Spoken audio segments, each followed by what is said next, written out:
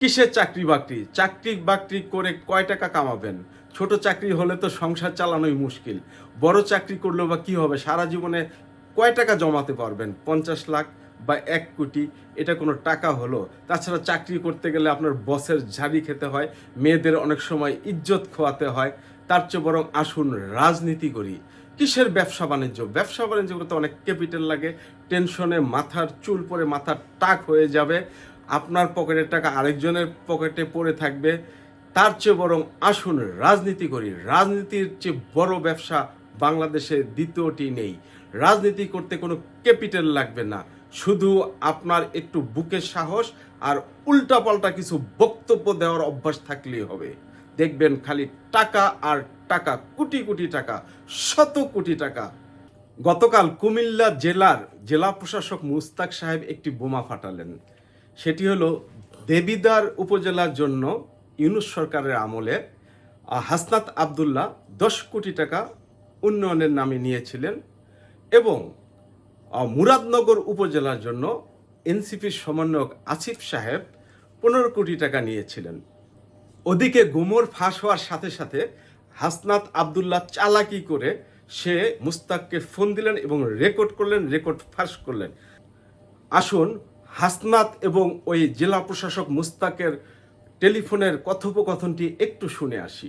থেকে ৫ কোটি টাকা ১০ কোটি টাকা দেবেন? না, রাজস্ব খাত না সব খাত মিলে আমার জেলা পরিষদের মাধ্যমে আপনার এলাকায় গেছে। আমি যেটা বলতে চাইছি যে আপনারা বৈষম্য বিরোধী আন্দোলন করছেন, এখন আপনার উপজেলায় গেছে ১০ কোটি, প্রায় ১০ কোটির কাছাকাছি, আর ওইখানে গেছে ১৫ কোটি। তা আপনি টাকা খাইছেন সেটা তো আমি বলি নাই। আমি বলছি যে ডেভেলপমেন্ট ওয়ার্কেই আপনারা ২ উপজেলায় নিয়ে গেছেন ২৫ কোটি। তো বৈষম্য রেকর্ডে এটা প্রমাণিত হয়ে গেল যে তিনি তার এলাকার জন্য ১০ কোটি টাকা নিয়েছিলেন। এখন প্রশ্ন হলো, তিনি কোন ক্ষমতা বলে তার এলাকার জন্য ১০ কোটি টাকা বরাদ্দ নিলেন? তিনি কি ইউনূস সরকারের আমলে কোনো মন্ত্রী ছিলেন? তার ক্ষমতা যদি হয় যে তিনি একজন সমন্বয়ক ছিলেন, তিনি জুলাই যোদ্ধা ছিলেন, ভাই এমন জুলাই যোদ্ধা তো অনেক ছিল, আমিও একজন ছিলাম, হয়তো আপনার মতো অত হাইলাইটে বা লাইমলাইটে ছিলাম না, এমন হাজার হাজার জুলাই যোদ্ধা ছিল। আপনি ১০ কোটি টাকা বরাদ্দ নিয়েছেন, অন্যরা তো ১ কোটি বা ৫০ লাখ করে নিতে পারত।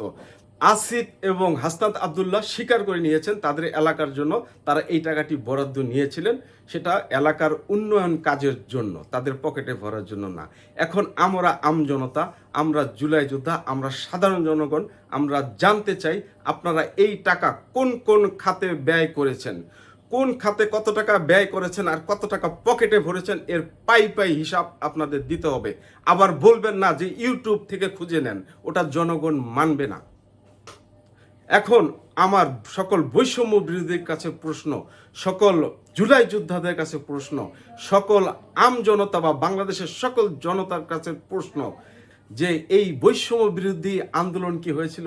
শেখ হাসিনাকে সরিয়ে বৈষম্য আরও বৃদ্ধি করা, টাকা পয়সা ভাগবটোরা করা, সারা দেশে উন্নয়নের নামে বা বিভিন্ন অজুহাতে মোটা অঙ্কের টাকা হাতিয়ে নেওয়ার জন্য?